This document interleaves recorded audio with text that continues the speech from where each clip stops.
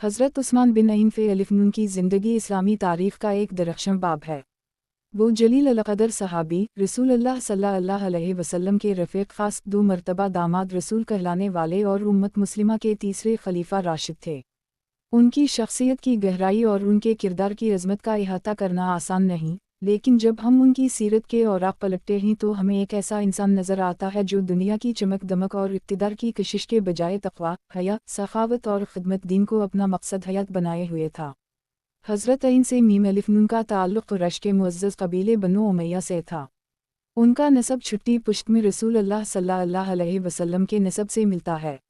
उनके वालिद का नाम अफ़ान बिन अबी अलास और वालिदा का नाम अरूई बिन्त फ़रीज़ था जो हुज़ूर सल्लल्लाहु अलैहि वसल्लम की फूफी की बेटी थीं। इस लिहाज से हज़रत ऐन से मीम अलिफ़ नून निस्बी तौर पर भी रसूलुल्लाह सल्लल्लाहु अलैहि वसल्लम के करीबी थे। वो मक्का मुकर्रमा में पैदा हुए और बचपन ही से नरम मिजाज, खुश इख़्लाक़ और शरीफ अल्तबा के तौर पर जाने जाते थे।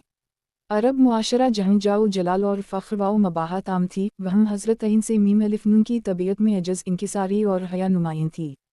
इस्लाम से पहले हज़रत ऐन से मीम अलिफ़ नून तिजारत में मसरूफ़ थे। वो एक कामयाब ताजिर थे और अल्लाह ने उनके हाथ में बरकत रखी थी। उनकी दियानत और ईमानदारी की वजह से लोग उन पर एतिमाद करते थे। तिजारत के सफ़र में वो मुल्क शाम भी जाया करते और वहाँ की तहज़ीब व तमद्दुन से वाक़िफ़ थे। लेकिन इसके बावजूद वो अपने दिन इब्राहीमी पर कायम रहे और कभी बुत परस्ती या शिर्क की तरफ माइल ना हुए। यही उनकी फ़ितरत की पाकीज़गी थी जो आगे चलकर इस्लाम को कबूल करने में आसानी का बाइस बनी।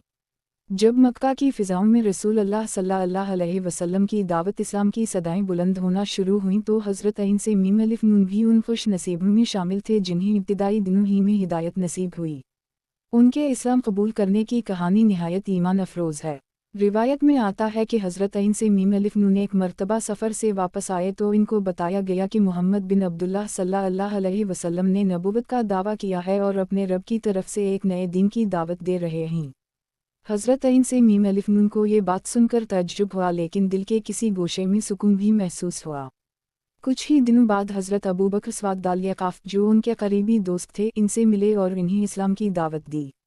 हज़रत अलिफ़ बे वाओ बे काफ़रे के नरम लहजे और सच्चे किरदार ने हज़रत ऐन से मीम अलिफ़ नून के दिल पर असर डाला और वो फ़ौरन रसूलुल्लाह सल्लल्लाहु अलैहि वसल्लम की खिदमत में हाज़िर हुए।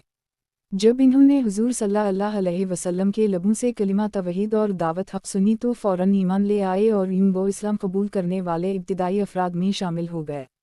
हज़रत ऐन से मीम अलिफ़ नून के इस्लाम कबूल करने पर उनके कबीले ने शदीद मुखालफत की।